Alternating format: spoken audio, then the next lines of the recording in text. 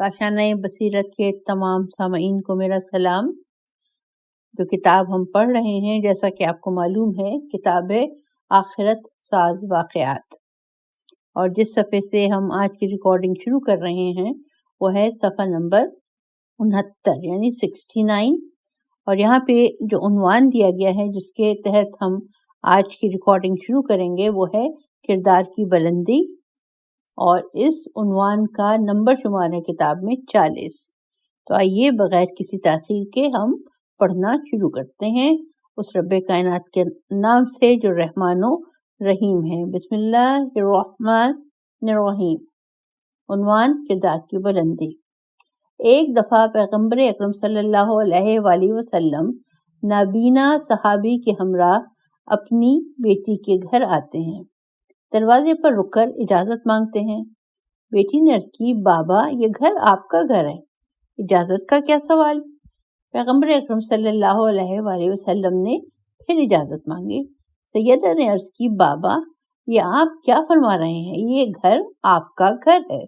فرمایا، بیٹی میرے ساتھ ایک نابینا صحابی بھی ہے۔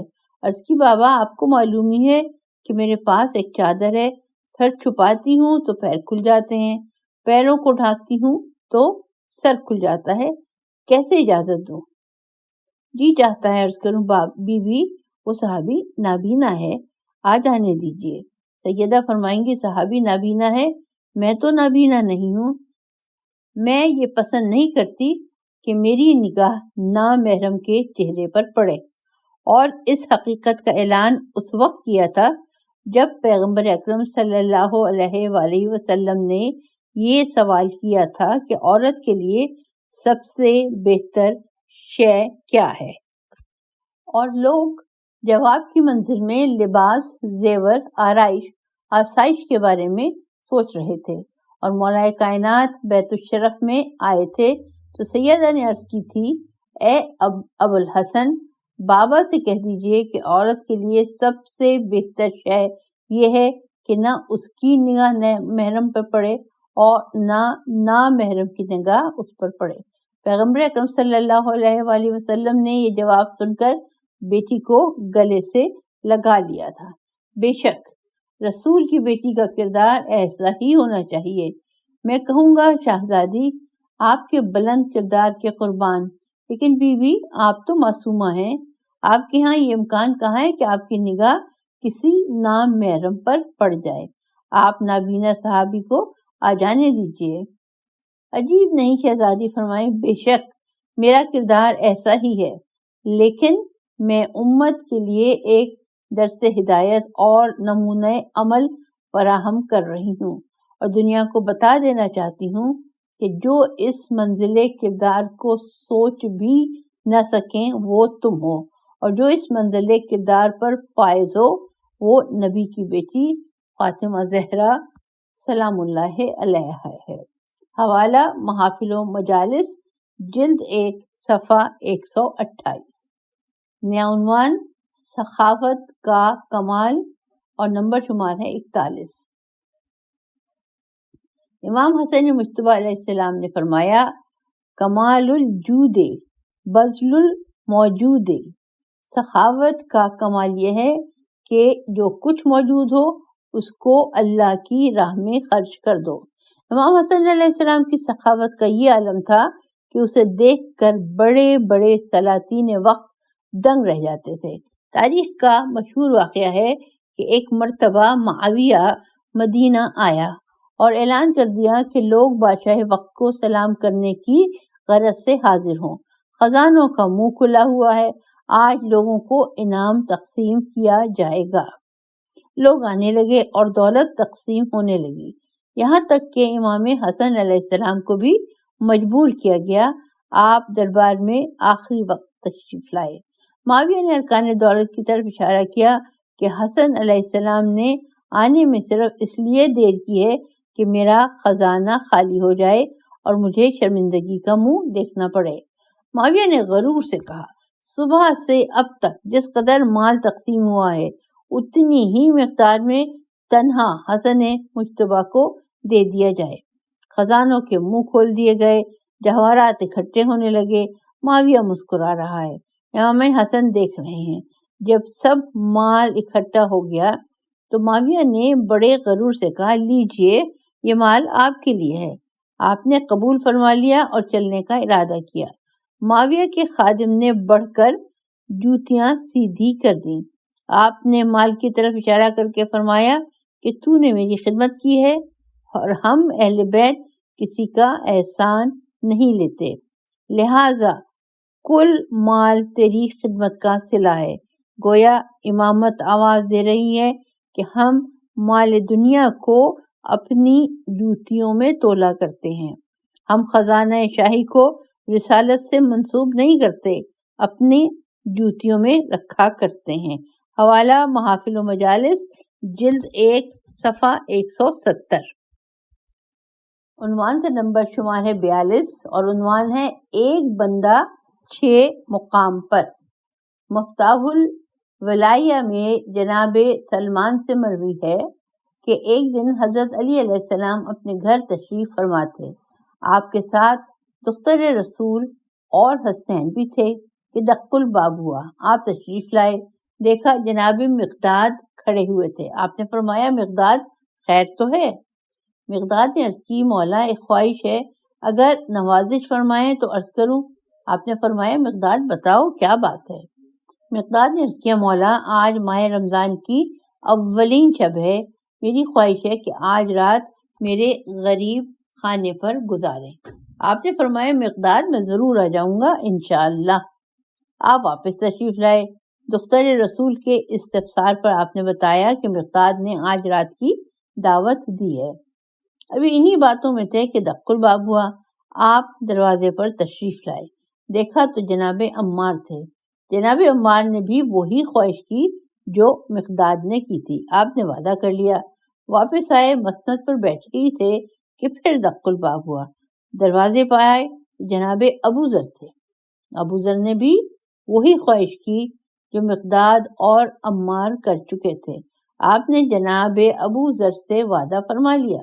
دوسرے دن جب مسجد میں صحابہ حضور صلی اللہ علیہ وآلہ وسلم کے پاس تشریف لائے تو جناب مقداد نے ازراہ تفاخر کہا، رات کو ولی خدا حضرت علی علیہ السلام میرے گھر تھے، ابھی اپنے گھر تشریف لے گئے ہیں۔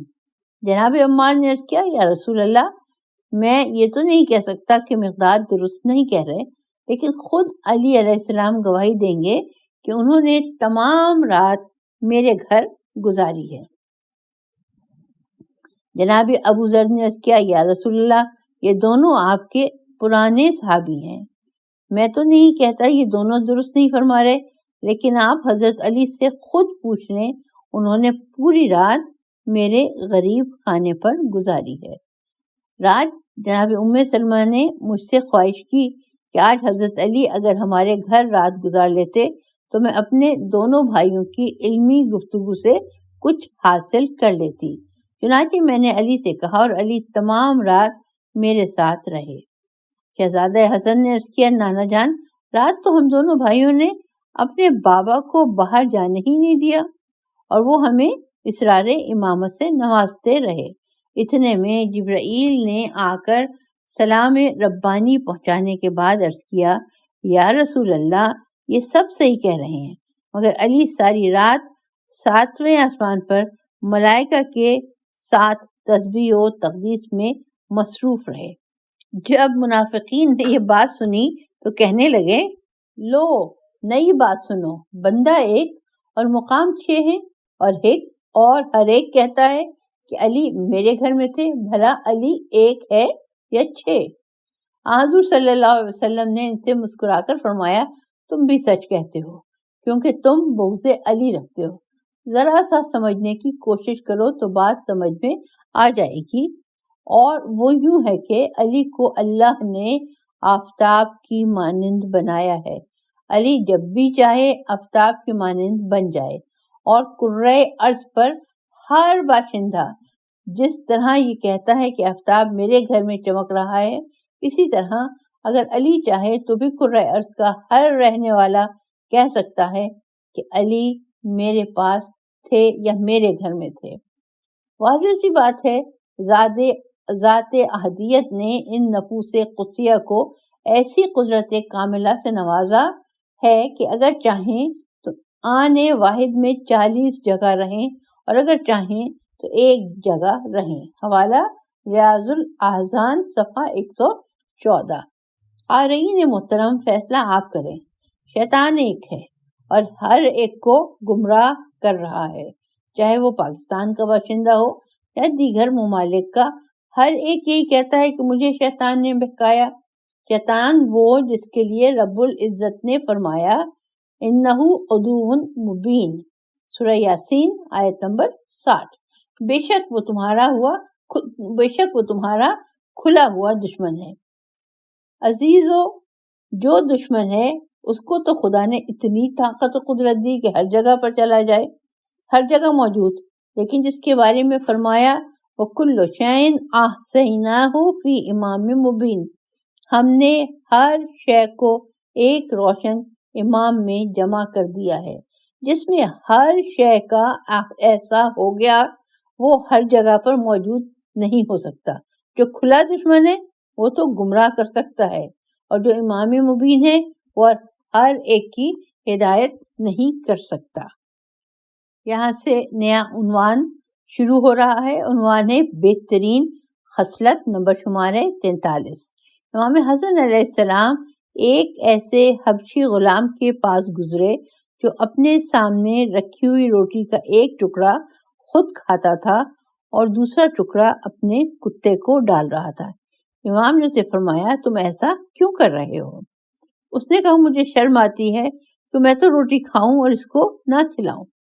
امام نے اس غلام میں اس بہترین خصلت کا مشاہدہ فرمایا، اس کو اچھی خصلت کی جزا دینا چاہیے، اس کے احسان کے مقابلے میں احسان کرنا چاہا تاکہ فضیلتوں کو رائج کیا جا سکے۔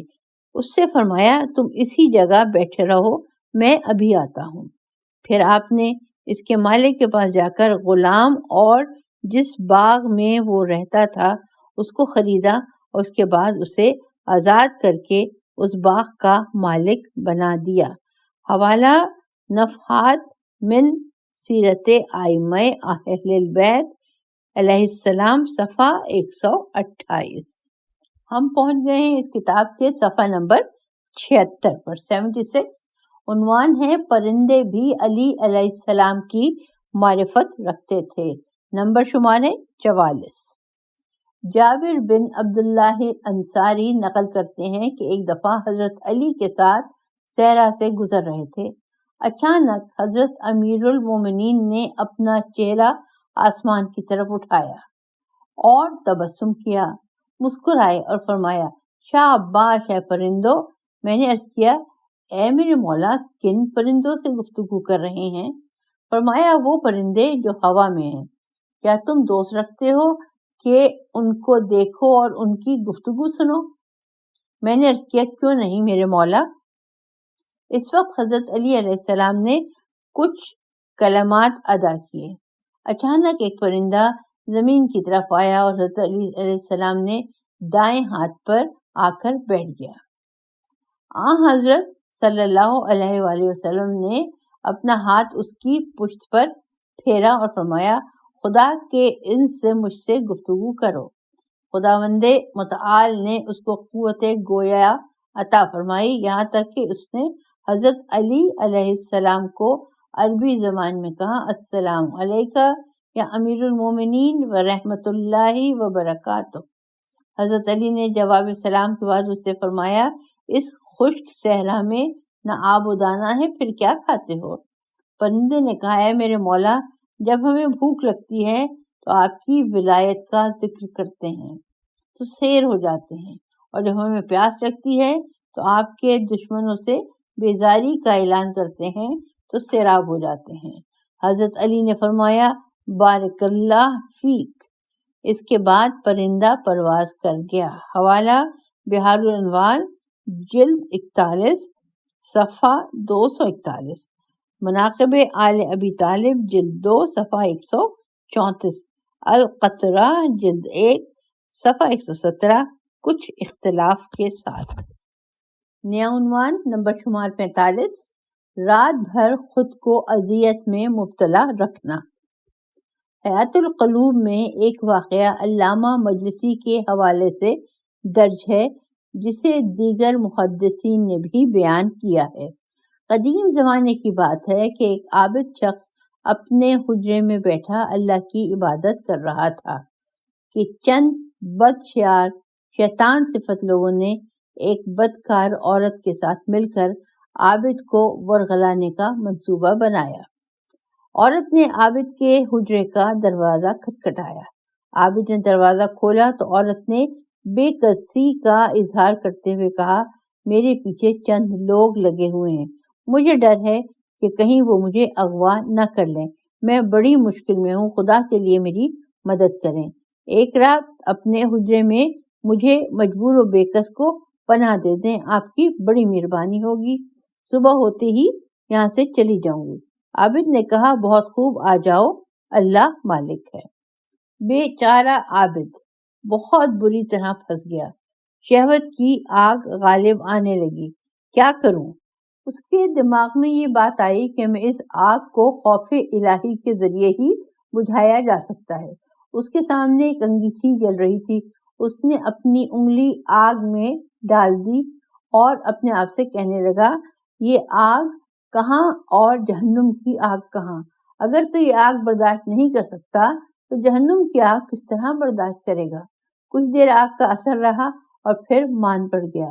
شہوت کی آگ نے ایک بار پھر بھڑکانا شروع کیا۔ عابد نے اپنی دوسری انگلی آگ میں ڈال دی۔ الغرض جب بھی شہوت بڑھتی، عابد اپنی ایک انگلی آگ میں ڈال دیتا۔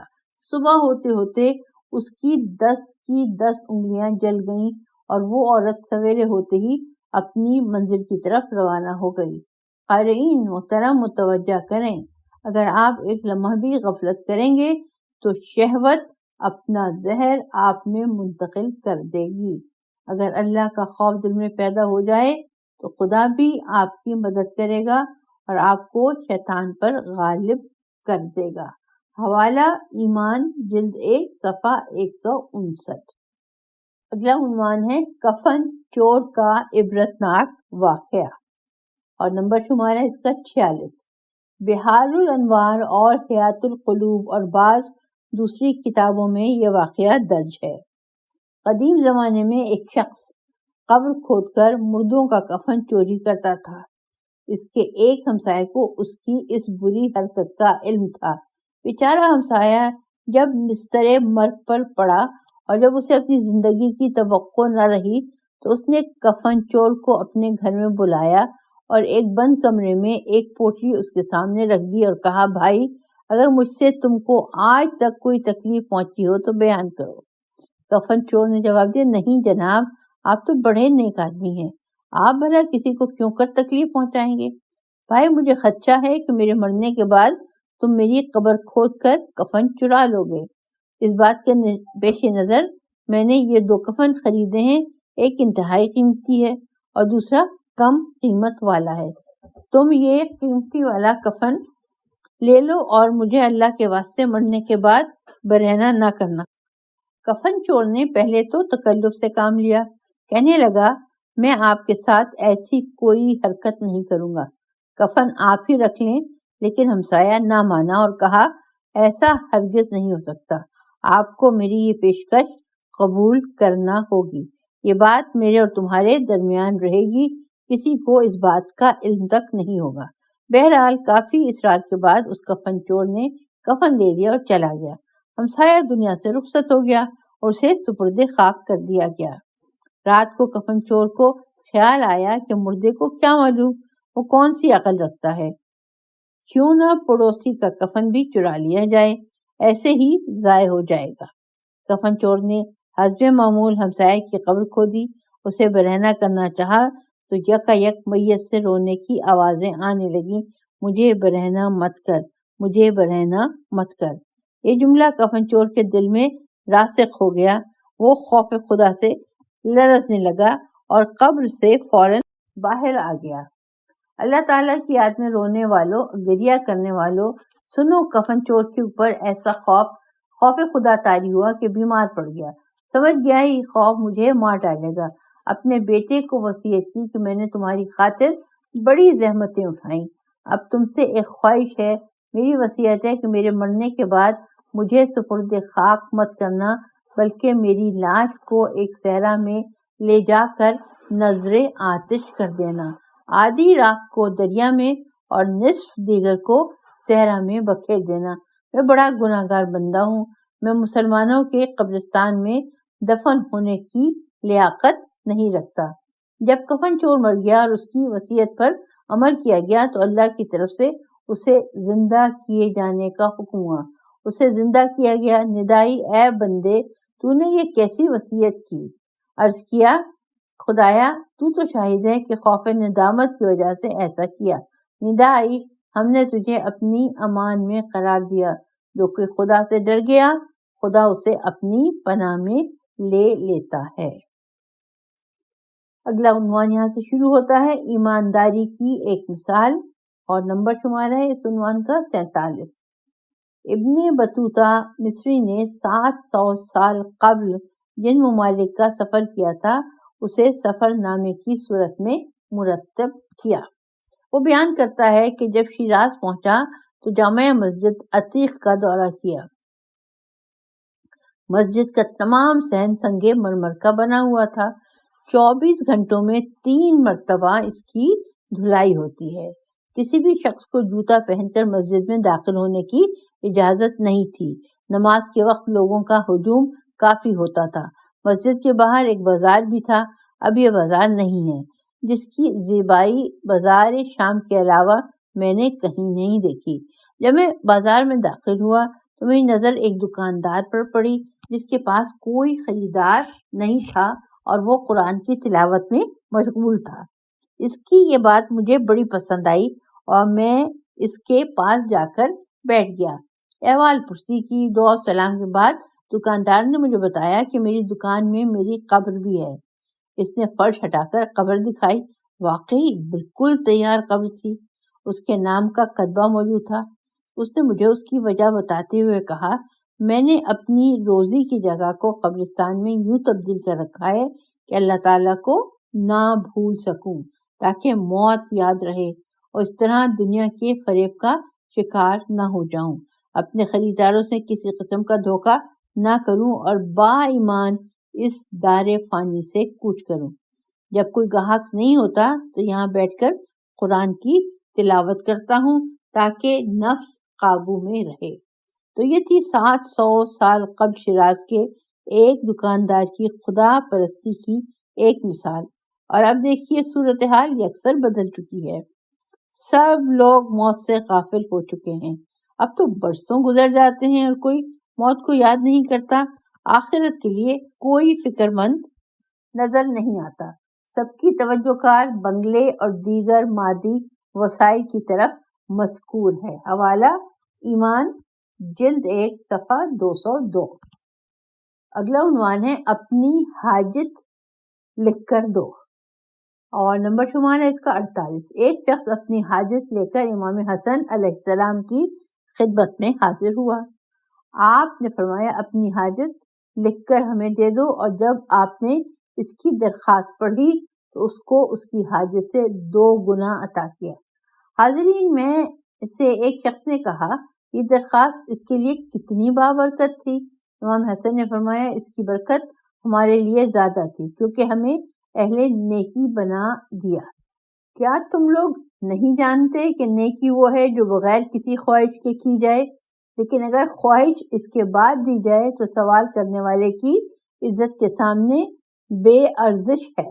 شاید جس شخص نے رات بھر اضطراب و پریشانی اور خوف و امید میں گزاری ہو اور اسے یہ معلوم نہ ہو کہ اس کے سوال کے بعد اس کو رد کر دیا جائے گا یا قبول کر کے اس کو خوش کر دیا جائے گا، اور اب وہ کانپتے ہوئے بدن اور دل کے ساتھ تمہارے پاس آیا ہے اور تم فقط اسی مقدار میں عطا کرو کہ جس مقدار میں اس نے سوال کیا ہے، تو گویا تم نے اس کی عزت کے سامنے بہت کم عطا کیا ہے۔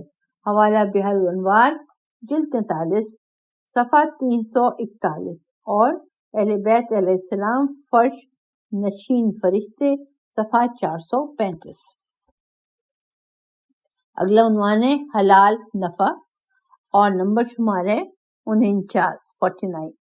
ابو جعفر فزاری کہتے ہیں کہ حضرت امام جعفر صادق علیہ السلام نے اپنے مصادف نامی غلام کو بلایا اور اس کو 1000 دینار دیے اور فرمایا تجارت کے لیے مصر جانے کے لیے تیار ہو جاؤ۔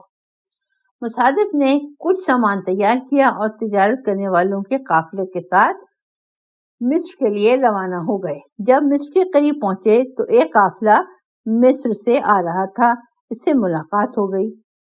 ان قافلے والوں سے اپنے ساتھ لائے ہوئے سامان اور مصر میں ضروری اشیاء کی قیمت کے بارے میں دریافت کیا۔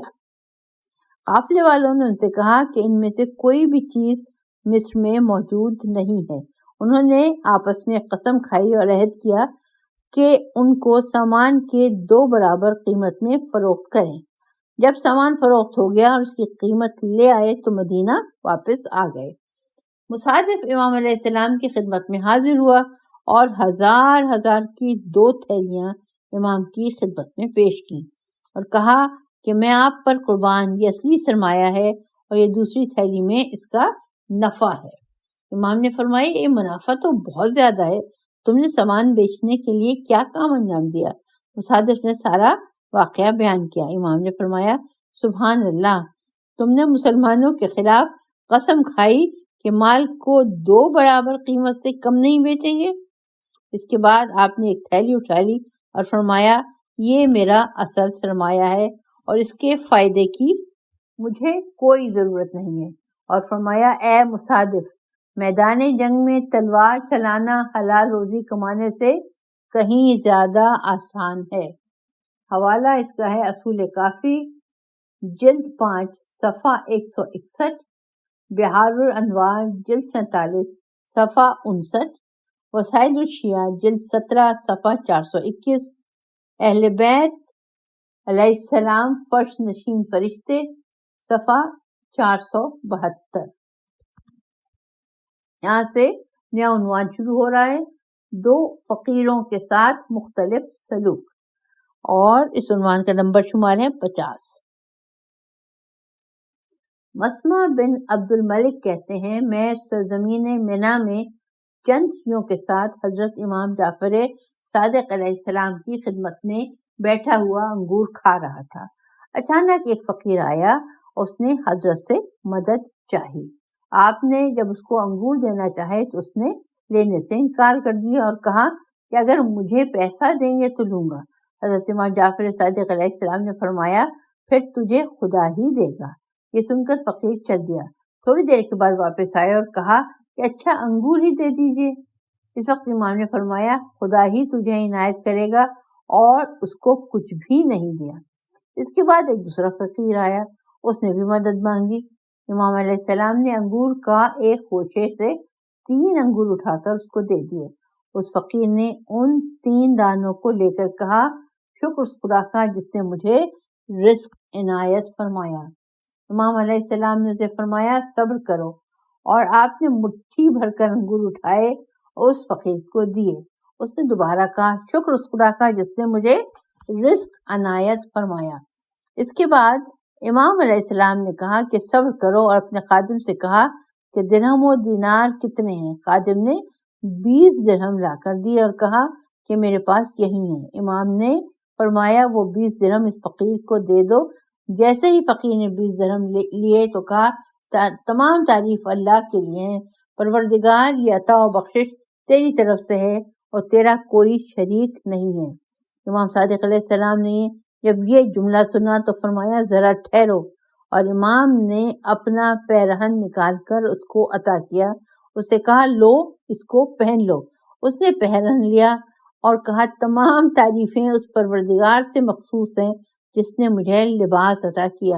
اس نے عرض کیا اے ابا عبداللہ، خدا آپ کو جزائے خیر عنایت فرمائے۔ جب ماجرا یہاں تک پہنچا تو وہ شخص وہاں سے روانہ ہو گیا۔ راوی کہتا ہے ہم سب لوگ سوچ رہے تھے کہ اگر وہ امام کے پاس سے نہ جاتا تو امام مسلسل اس کو عطا کرتے رہتے، کیونکہ جب بھی آپ اس کو عطا کرتے تھے وہ امام علیہ السلام کی عطا پر خدا کا شکر ادا کرتا جاتا تھا۔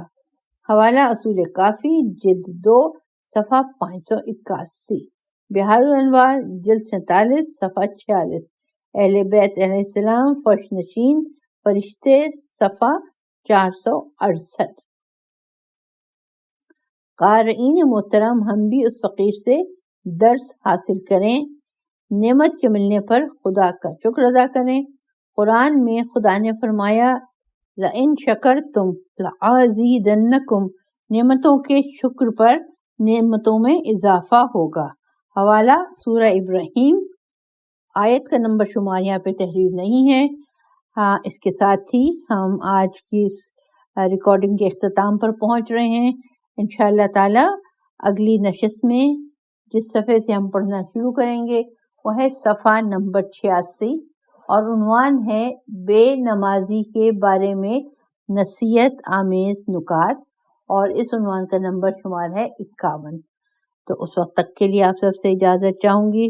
پروردگار عالم آپ سب کو اپنے حفظ و امان میں رکھے، مجھے بھی اپنی دعا میں یاد رکھیے گا۔ محتاج دعا، اللہ حافظ و ناصر۔